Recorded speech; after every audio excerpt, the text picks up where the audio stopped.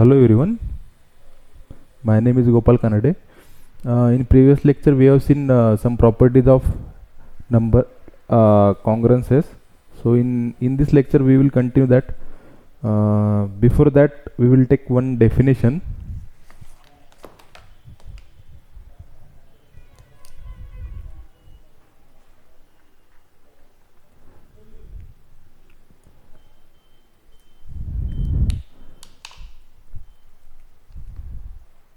Let S be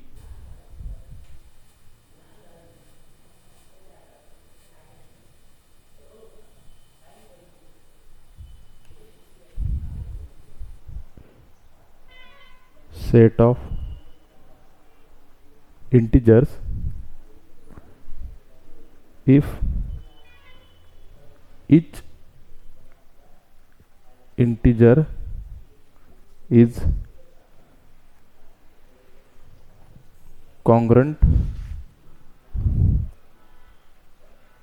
modulo m to exactly one member of S, then S is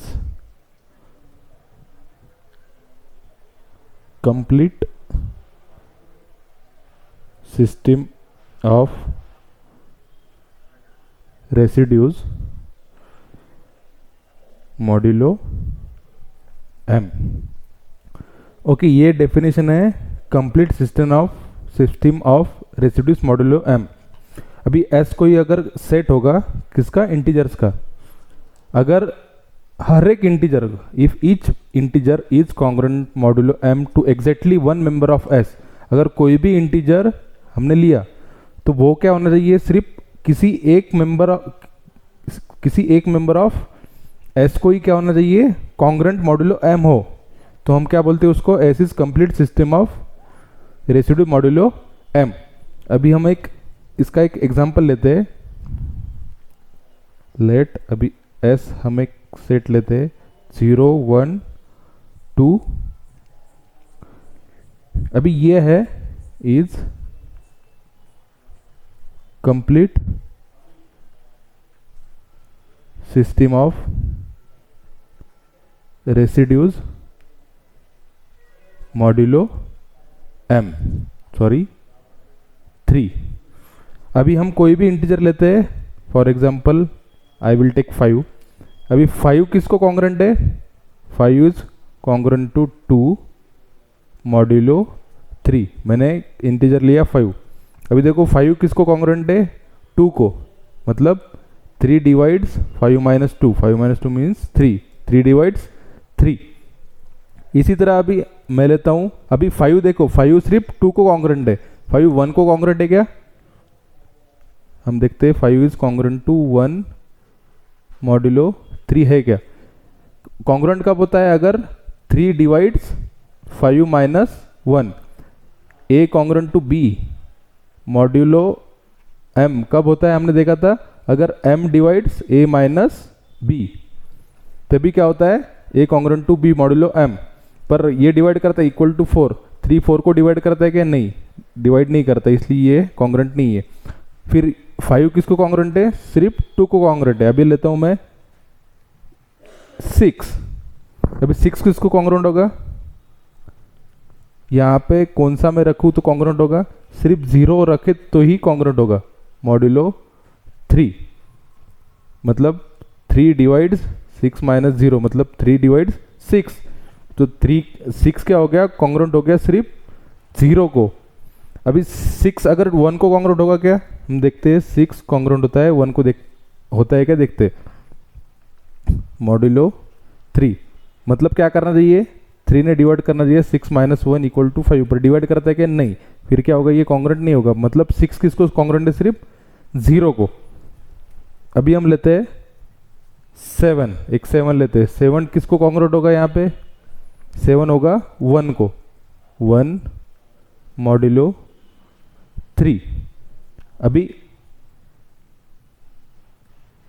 3 divide करता है क्या 7 minus 1 को, हाँ, 7 minus 1 equal to 6, 3 divides 6, मतलब क्या होगा 7 हो गया कॉन्ग्रुएंट किसको, 1 को मॉड्यूलो 3। तो ये सिस्टम को हम क्या बोलेंगे, complete system residue modulo of 3। अभी कोई भी इंटीजर लेते हैं हम, अब अगर 15 लेते हैं, एक नंबर लेते हैं 15, तो 15 को कौन होगा कॉन्ग्रुएंट, हम चेक करते हैं एक एक।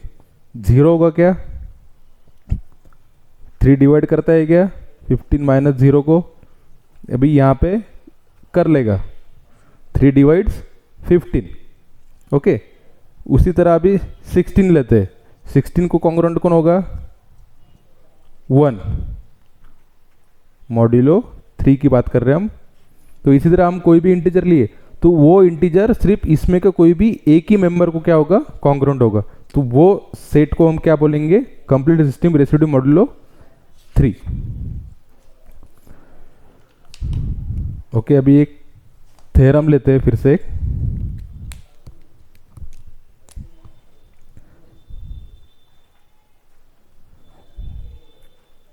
Late a1 a2 b1 and b2 be integer, मतलब belongs to set of integer such that a1 is congruent to b1 mod m and a2 is congruent to b2 modulo m।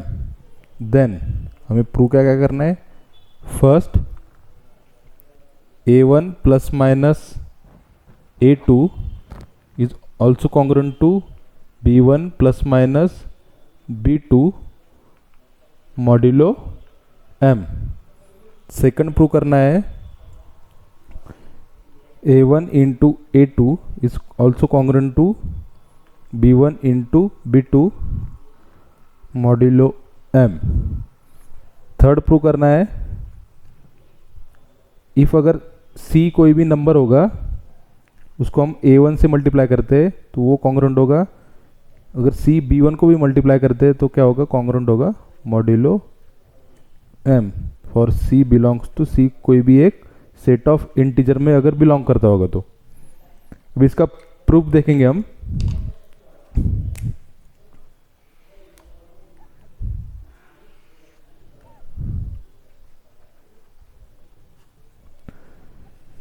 अभी दिया क्या है, let a1 is congruent to b1 modulo m and a2 is congruent to b2 modulo m। Then by definition of congruent क्या क्या क्या imply करता है ये, कि m will divide a1 minus b1 by definition of congruence and m will divide a2 minus b2।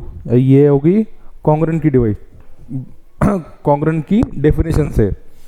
अभी last theorem में हमने देखा था अगर a1 और a2 को कॉन्ग्रुएंट होगा, a1 is congruent to b1 modulo m होगा और a2 भी कॉन्ग्रुएंट होगा b2 मॉड्यूलो m को, तो उनकी a1 और a2 के एडिशन को भी क्या करता था, वो कॉन्ग्रुएंट था। और अगर m डिवाइड्स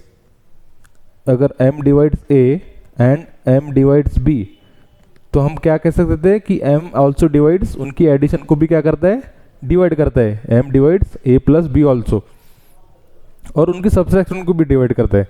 फिर हम क्या लिख सकते हैं यहाँ से, m will divide a1 minus b1 plus minus a2 minus b2। अभी m किसको डिवाइड कर रहा है, a1 माइनस b1 को भी डिवाइड कर रहा है, और m क्या डिवाइड कर रहा है, a2 माइनस b2 को भी डिवाइड कर रहा है।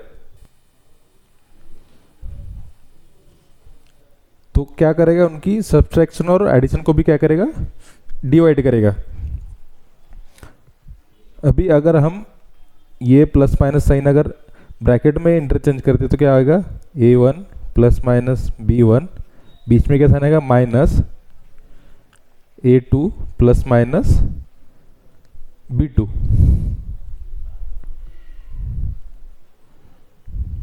ये पूरी टर्म को भी क्या करेगा, m डिवाइड करेगा।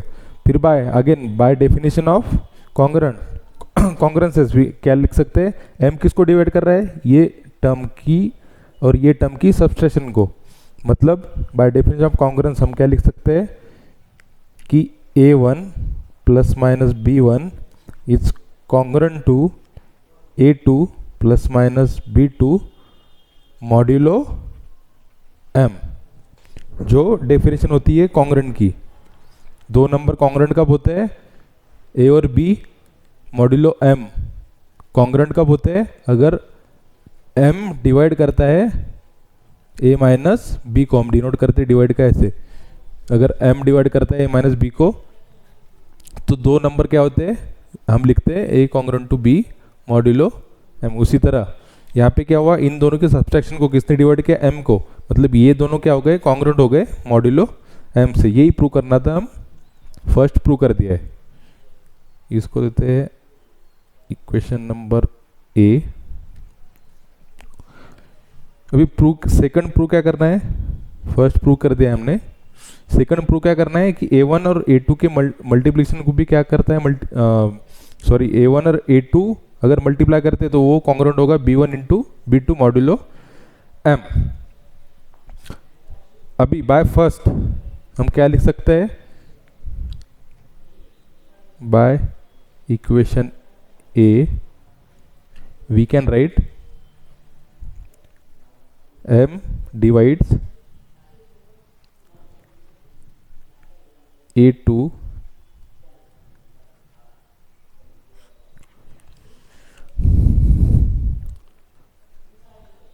by equation a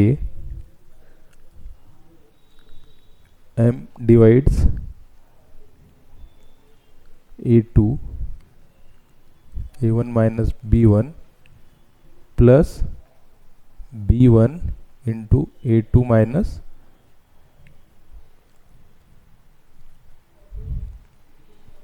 हमने सिर्फ क्या एडजस्टमेंट किया है कि a2 और b1, a2 को किससे मल्टीप्लाई किया, a1 into a1 minus b1 को, और b1 को किससे मल्टीप्लाई किया, a2 माइनस b2 से। अगर हम ये सॉल्व करते हैं, अगर ये सॉल्व करते हैं तो क्या आ सकता है, a2 into a1 minus a2 into b1 plus b1 into a2 minus b1 into b2। अभी यहाँ पे कौन सी टर्म कैंसिल हो सकती है, ये टर्म कैंसिल होगी, तो इसको फिर से लिखते हैं m divides a1 into a2 minus b1 into b2। अभी यहाँ पे m किसको डिवाइड कर रहा है, इन दोनों के सब्सट्रैक्शन को डिवाइड कर रहा है। Therefore by definition of congruences we can write a1 into a2 is congruent to b1 into b2 modulo m। क्यों, क्योंकि इन दोनों के सब्सट्रैक्शन को क्या कर रहा है, m डिवाइड कर रहा है। तो क्या लिख सकते हैं हम, a1 is a1 into a2 congruent to b1 into b2 modulo m। ये भी प्रूव हो गया। अभी थर्ड प्रूव करना है हमें